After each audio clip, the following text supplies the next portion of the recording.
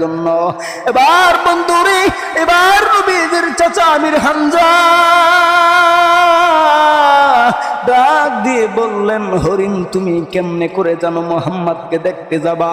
এইবার হরিণ ডাক দিয়ে কয়, আমির হামজা রে,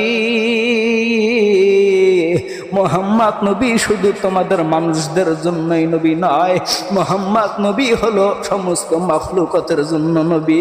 জোরে জোরে বলেন না সুবহানাল্লাহ। আরে বন্ধু, প্লিজ বন্ধু দিলটা নরম করিয়া দেয়া কথাগুলো শুনবেন। যতখানি সুস্থ দেখতেছেন এতখানি কিন্তু সুস্থতা নাই, খুব কিন্তু অসুস্থতার নিয়ামতে ভুগতেছি। আল্লাহর কাছে দোয়া চাই, আপনাদের কাছে দোয়া চাই, আল্লাহ পাক যেন আপনাদের মাঝে তিনি কথা বলবার এবং সুন্দরভাবে গুছিয়ে বলার তৌফিক দান করেন। জোরে জোরে বলেন না আমিন। আরে বন্ধু, এইবার হরিণ যখন এই কথা বলল, ডাক দিয়ে বললেন, রে আমির হামজা, তোমার ভাতিজা মোহাম্মদকে তোমার ভাই আবু জাহেল মারছে। যাও যাও যাও, তুমি তোমার বাড়িতে গিয়া তোমার ভাতিজাকে দেখার জন্য যাও। এবার ভাইরা আমির হামজা তখন ঘোড়াকে বলল, চল বাড়ির দিকে। ঘোড়াটা এমন জোরে দৌড়ানো শুরু করলো যে ঘোড়ার পিঠে চড়ে যাইতেছিল, ওই ঘোড়াটা এমন জোরে দৌড়ানো শুরু করে দিল। এইবার আমির হামজা মনে মনে ভাবলো, এই ঘোড়াতে এতদিন শিকার করলাম, এই ঘোড়ার পিঠে চড়ে এতদিন ঘোরাঘুরি করলাম, কিন্তু এত জোরে দৌড়াই নাই। কিন্তু আল্লাহর কসম করে বলি রে, আজকে যে ঘোড়াটা এত জোরে দৌড়াইতেছিল আমার বন্ধুরি,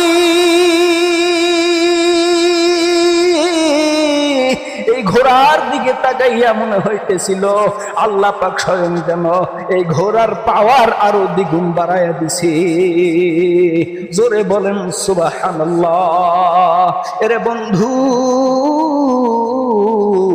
এইবার আমির হামজা নবীজির চাচা বাড়িতে যাইয়া ডাক দিয়ে কই, বিবি রে,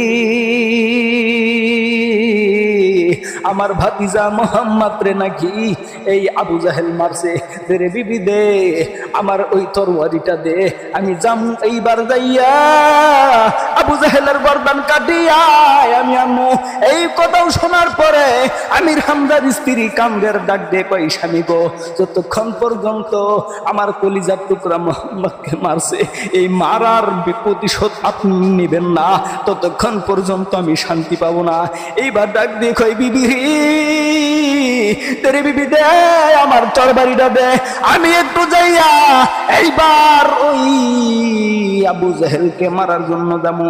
ইতিমধ্যে বাজান পয়গম্বর নামাজ থেকে উঠিয়া ডাক দিয়ে কয়, নবীজি ও চাচা গো, আপনি কিসের জন্য যান একটু বলেন না? আমার নবীজির চাচা ডাক দিয়ে বলেন, ভাতিজা মুহাম্মদ রে,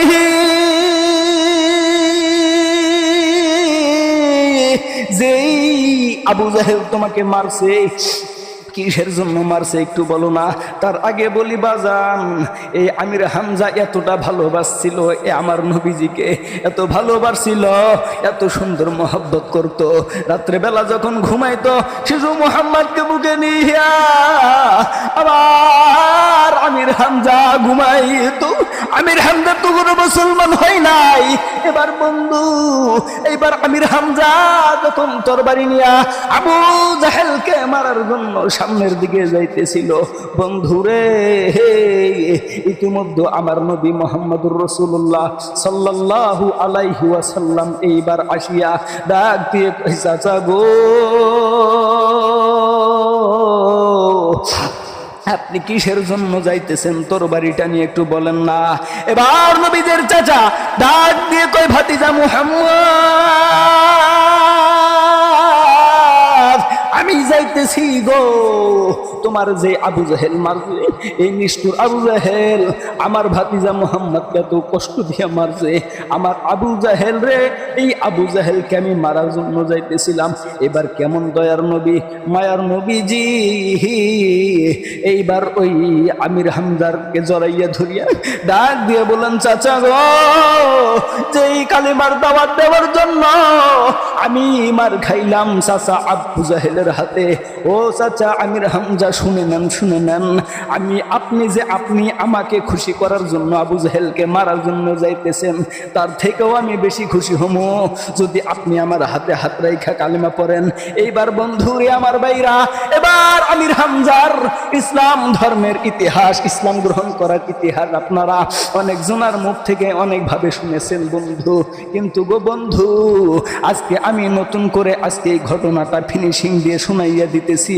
এইবার আমির হামজা ডাক দিয়ে কয়, ভাতিজা মুহাম্মদ রে, তুমি যদি আমি কালিমা পড়ার কারণে খুশি হও, আমি আমির হামজা তোমার হাতে হাত রাইখা কালেমা পড়ে নিলাম।